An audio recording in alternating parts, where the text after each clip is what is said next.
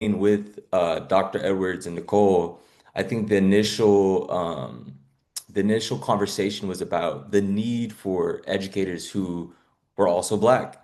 And I think for the other programs that I've applied to, I'd say, out of the most respect too, because, all they're trying to do is get more teachers. But I think some of these programs saw me and, as a kid sometimes, and a lot of times I was kind of like that token kid, even like going through my undergrad where I felt like I was in the class or in these like talks of like what a community should like look like because I was that one token person and there wasn't really like any true plan of action to how to best equip my identity for the students that I'd work with.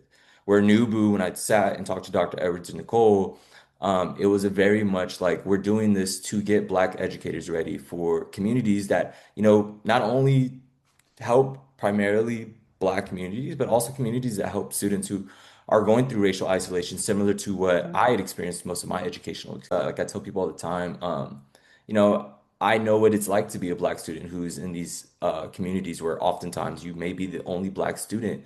And a lot of the times I had to navigate that myself. And so I had to go through a sense of code switching and a sense of like making sure like, oh, like I can't tell people that, I have people in my life who have been incarcerated, and I can't tell people that I have people in my life, who also work in the incarceration system. And like having that balance or having the balance that at such a young age was very troubling. And for Nubu, I felt like this was not only a program that would best equip me to handle that, but also to like help me understand that there is no need to code switch while I navigate teaching. And there's no need to code switch because my experience and my, testimony could be something that could help a student who is probably going through the same thing that I'm going through. And, I didn't want that to be buffered out of like my practice. I wanted that to be included into who I become as a teacher.